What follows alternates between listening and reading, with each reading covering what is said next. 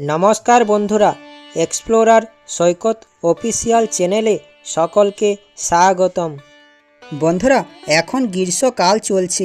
এই গরমের হাত থেকে বাঁচার জন্য বর্ষাকালের অপেক্ষায় আমরা সবাই আছি। বর্ষাকালের সাথে যে বিষয়টি জড়িত সেটা হলো অম্বুবাচী। শাস্ত্রীয় মতে অম্বুবাচী প্রবৃত্তির সাথে সাথে পৃথিবীর বুকে বর্ষা নেমে আসে। অম্বুবাচী কেন পালন করা হয়, অম্বুবাচী কী বা অম্বুবাচীর গুরুত্বই বা কী, এই বছর মানে 2025 সালে অম্বুবাচী কখন পড়েছে ও কখন শেষ হচ্ছে এবং অম্বুবাচীর দিনে পালন কিভাবে করবেন, সমস্ত কিছু আপনাদের জানাবো এই ভিডিওতে। আশা করি ভিডিওটি দেখে আপনাদের ভালো লাগবে এবং ভিডিওটি শেষ পর্যন্ত দেখার অনুরোধ রইল। বন্ধুরা, আমাদের সনাতন হিন্দু ধর্মের একটি বার্ষিক উৎসব হলো এই অম্বুবাচী। আমাদের ধর্মে পৃথিবীকে মা বলা হয়েছে, পবিত্র বেদে ধরিত্রীকে মা বলা হয়েছে। আমরা সবাই এই পৃথিবীতে জন্মগ্রহণ করেছি, তাই আমরা সবাই এই পৃথিবীর সন্তান। বর্ষা ঋতুর প্রারম্ভে পৃথিবী যখন প্রথমবার জলসিক্ত হয়ে ওঠে তখন অম্বুবাচী উৎসব পালন করা হয়ে থাকে। বন্ধুরা, মনে করা হয় আষাঢ় মাসের মৃগশিরা নক্ষত্রের চতুর্থ পদে ঋতুমতী হন ধরিত্রী মাতা। পূর্ণ বয়স্কা ঋতুমতী নারীরাই কেবল সন্তান ধারণে সক্ষম হন। তাই অম্বুবাচীর পর ধরিত্রী মাতাও শস্য শ্যামলা হয়ে ওঠেন। বাংলা প্রবাদে রয়েছে, কিসের বার কিসের তিথি, আষাঢ়ের 7 তারিখ অম্বুবাচী। এই দিন থেকেই হয় অম্বুবাচীর শুরু। জ্যোতিষশাস্ত্রে বলা হয়েছে, সূর্য যে বারে যে সময়ে মিথুন রাশিতে গমন করেন তার পরবর্তী সেই বারে সেই কালে অম্বুবাচী হয়, অর্থাৎ পৃথিবী এই সময়ে ঋতুমতী হন।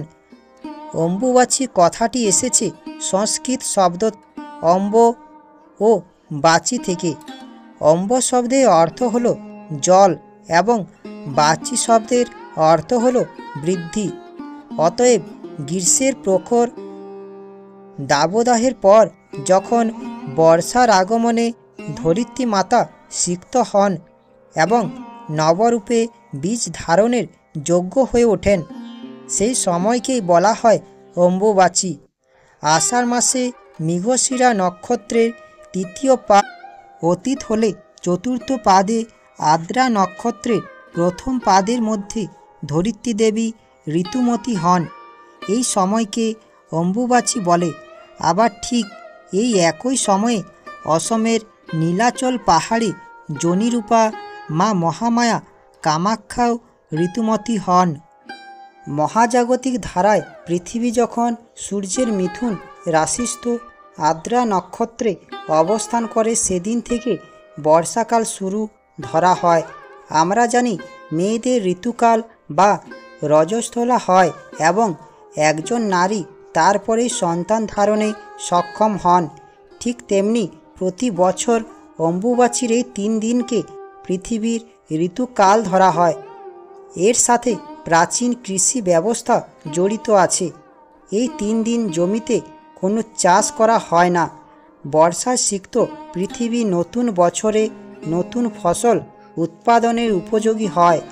উর্বরতা কেন্দ্রিক কৃষি ধারায় নারী এবং ধরিত্রী সমার্থক বলে গণ্য করা হয়।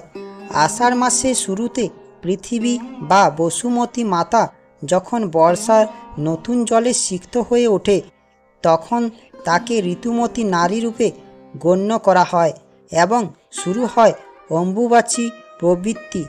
তার ঠিক 3 দিন পরে সেটা শেষ হয়। সেটা হলো অম্বুবাচীর নিবৃত্তি। এই নিবৃত্তির পরেই প্রাচীনকালে জমি চাষ করত কৃষকরা। এখনও বিভিন্ন জায়গায় এই নিয়ম রক্ষা হয়। ভারতের বিভিন্ন জায়গাতে এটা রাজোৎসব নামও পরিচিত হয়। আসামের কামরূপে কামাখ্যা দেবীর মন্দির এই 3 দিন বন্ধ থাকে। তারপর দেবীর দর্শন করতে দেওয়া হয়।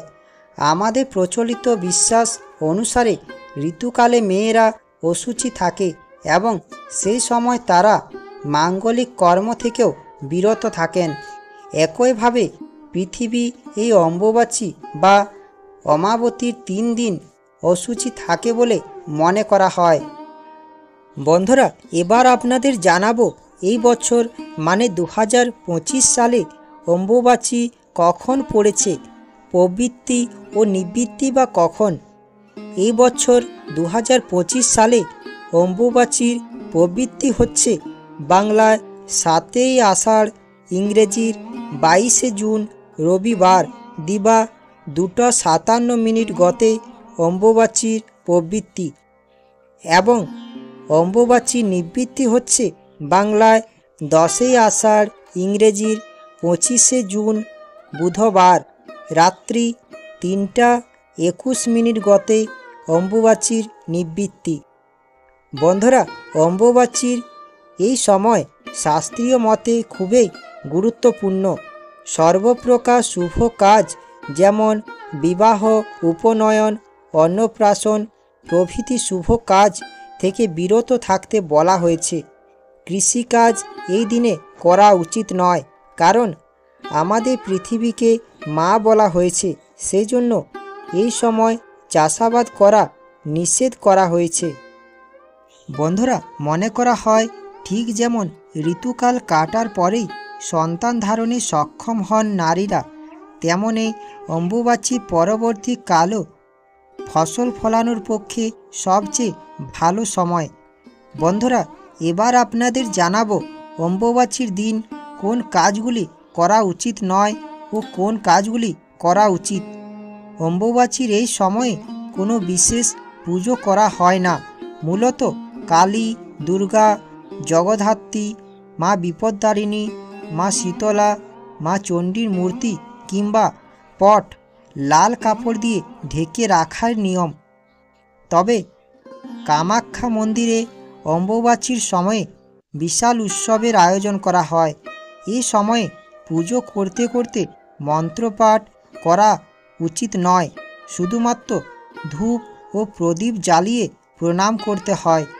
অম্বুবাচীতে বাড়িতে কোনো শুভ কাজ না করাই শ্রেয়। বৃক্ষরোপণ কিংবা কৃষিকাজও এই সময়ে করতে নেয়। অম্বুবাচীতে গুরু পুজো করতে কোনো বাধা নেই, এমনকি গুরু প্রদত্ত মন্ত্র অনায়াসে জপ করতে পারবেন। বাড়িতে তুলসী গাছ থাকলে তার গোড়া মাটি দিয়ে উঁচু করে রাখতে হয় এই দিন। প্রচলিত বিশ্বাস অনুযায়ী ঋতুকালে মেয়েরা অশুচি থাকেন। একইভাবে মনে করা হয় পৃথিবীও এই সময়ে অশুচি থাকে, সেই জন্য এই 3 দিন ব্রহ্মচারী, সাধু, সন্ন্যাসী, যোগী পুরুষ এবং বিধবা মহিলারাও অশুচি পৃথিবীর উপর আগুনে রান্না করে কিছু খান না। বিভিন্ন ফলমূল খেয়ে এই 3 দিন কাটাতে হয়। ভারতবর্ষে পবিত্র ভূমির বিভিন্ন স্থানে 51টি সতীপীঠ বা শক্তিপীঠ অবস্থিত, যাদের দর্শন ও আরাধনায় বিভিন্ন ইচ্ছা পূরণ করে। এরকম একটি শক্তিপীঠ আছে যাকে বলা হয় মহাশক্তিপীঠ, কামাখ্যা দেবীর মন্দির। এই মন্দিরটি আসাম রাজ্যের গুয়াহাটিতে একটি পাহাড়ের উপর নির্মিত।